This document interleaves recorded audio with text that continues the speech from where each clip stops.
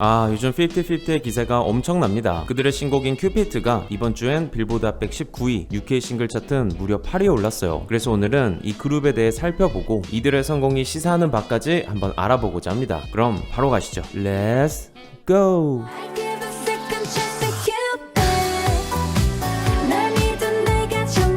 먼저 50-50는 미니진 같은 K-팝 인싸들이 만든 그룹이 아니에요. 그룹의 소속사인 어트랙트의 대표 전홍준의 커리어를 보면 조관우, 바비킴, 윤미래, 최근엔 하성우까지 많은 이들의 앨범을 제작한 경력이 있으나 오늘날 K-팝과는 별로 연이 없다는 걸 알 수 있습니다. 그래서 전홍준은 자신의 부족을 인정하고 누군가에게 도움을 청하는데 그때 연락한 분이 바로 안성일이에요. 근데 재밌는 건 이 안성일이란 분도 오늘날 K-팝과는 별로 연이 있어 보이진 않더라고요. 프로듀서로 1세대 아이돌을 제작한 경력은 있지만 이후엔 아예 저작권이나 컨텐츠 개발 쪽으로 진로를 틀어 업계 컨설턴트로 새 커리어를 밟아온 걸 확인할 수 있었습니다. 아무튼 전홍준은 그런 안성일에게 자신이 걸그룹을 만들 건데 혹시 컨설팅 좀 해줄 수 있겠냐 의뢰를 했고, 이 안성일은 여러 가지를 살핀 뒤 대표님 그럼 손을 좀 많이 봐야 할 것 같습니다 라고 했대요. 근데 이때 대체 얼마나 좋은 전략을 선보였는지 전홍준은 그런 안성일의 요구를 다 받아줍니다. 이후엔 아시는 그대로예요. 둘의 동행이 시작됐고 50-50가 탄생합니다. 자, 그럼 지금부턴 대체 안성일이 쓴 전략이 뭔지,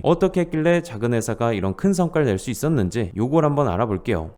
안성일은 한 인터뷰에서 이런 말을 했어요. 자긴 처음부터 한국이 아닌 글로벌을 목표로 했다고. 그리고 여기서 글로벌은 K-팝 해외 팬을 말하는 게 아닌 K-팝을 안 듣는 해외 일반 리스너들을 말합니다. 참 특이하죠. 안성일이 이런 전략을 취한 이유는 크게 세 가지로 추측돼요. 하나는 이들이 K-팝 이너서클에 속하지 못했기 때문일 겁니다. 앞서 언급했던 둘은 오늘날 K-팝과 크게 연이 없어 보여요. 쉽게 말해 씬의 아웃사이더들인데, 이런 상황에서 이들은 성공 가능성이 적은 한국 시장에서 경쟁하기보단 가능한 바깥으로 가 외부에서 성과를 내고 그 다음 내부로 들어오는 그런 전략을 취한 것 같습니다. 두 번째로 안성일은 자신들의 음악이 K-팝 바깥 시장에서 인정받으면 팬덤을 포함한 나머지 부수적인 것들은 알아서 따라올 거란 그런 믿음이 있는 것 같아요. 한 인터뷰에서 그는 K-팝의 본질이 음악 장르인지 팬덤 문화인지 아직 정의 내리지 못한 모습을 보였는데, 이후 그가 내린 판단들을 보면 그래도 K-팝을 음악으로 여기는 것 같습니다. 세 번째로 이들이 글로벌을 지향한 또 다른 이유는 돈이 없기 때문일 거예요. 전홍준 대표가 그룹을 준비하면서 차 팔고 저렴한 음식만 먹은 건 유명한 일화죠. 근데 아시다시피 K-팝은 돈이 엄청 들잖아요. 멤버들 꾸며줘야 돼, 뮤비 멋있게 찍어야 돼, 뭐 이것저것 해서 아마 지구에서 가장 돈이 많이 드는 장르 중 하나일 텐데, 이런 상황에서 K-팝 팬들을 타겟 삼아 활동한다? 바로 회사 거덜날 겁니다. 전홍준 대표의 얘기를 들어보시죠. 시간도 없고 재정도 약한 회사 사정상 우린 다른 회사들처럼 2-3년을 투자하고 기다릴 여유가 없었어요. 그래서 처음부터 미국을 포함한 해외 시장에 빠르게 진입할 수 있는 방법을 모색하다 결국 진정성 있는 보편적인 음악이 가장 좋다고 생각했습니다. 자, 이제 음악 얘기를 해보자면 이들은 팬덤이 없는 상태에서의 해외 진출이고 또 불특정 다수에게 가능한 넓게 다가가야 했던 만큼 어느 나라 어느 장소에서도 통할 그런 이지 리스닝 팝을 만드는 데 집중해요. 안성일 PD가 제일 중요하게 여기는 원칙 중 하나가 바로 대중이 곡의 피로를 느껴서는 안 된다 요거라 하잖아요. 그래서 멜로디 라인을 제외한 그 모든 걸 최소화시켰고, 정서적으로도 걸크러쉬가 아닌 소녀의 짝사랑 같은 보편적인 거에 초점을 뒀습니다. 개인적으로 이 전략이 좋았던 건 음악을 이렇게 최대한 가볍고 담백하게 하다 보니 멤버들 음색이 확 산단 거예요. 특히 아란의 그 재즈싱어 같은 우아한 보컬,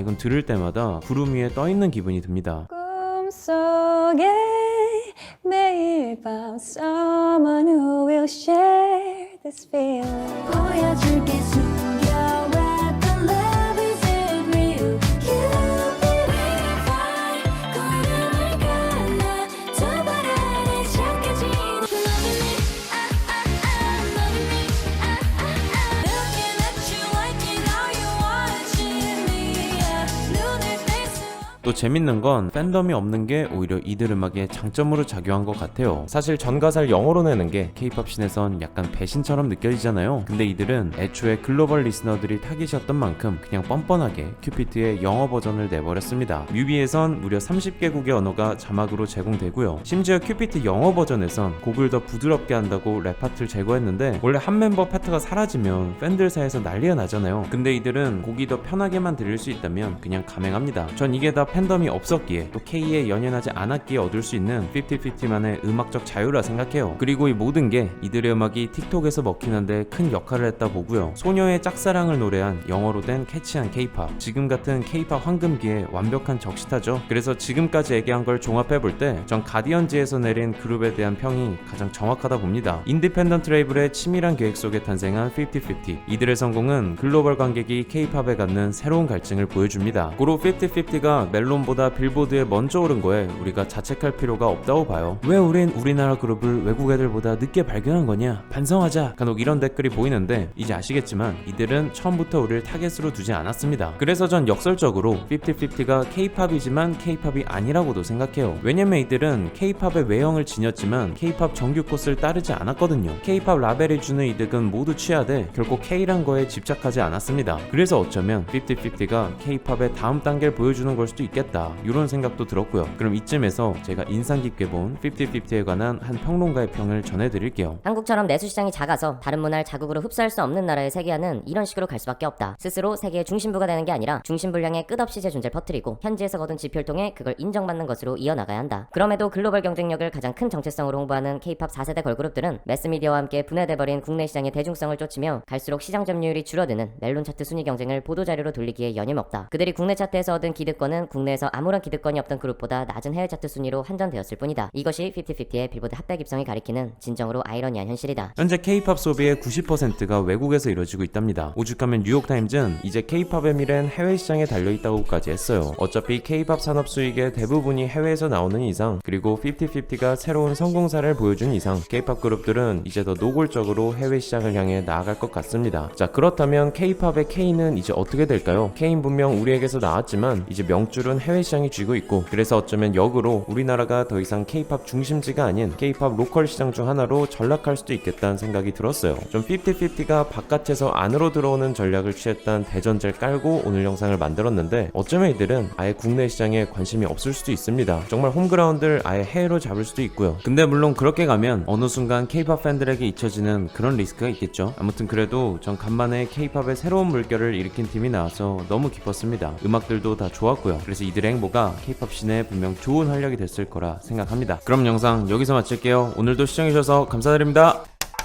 구독을 통해 팝에 관한 흥미로운 이야기 함께 나누시죠. 감사합니다.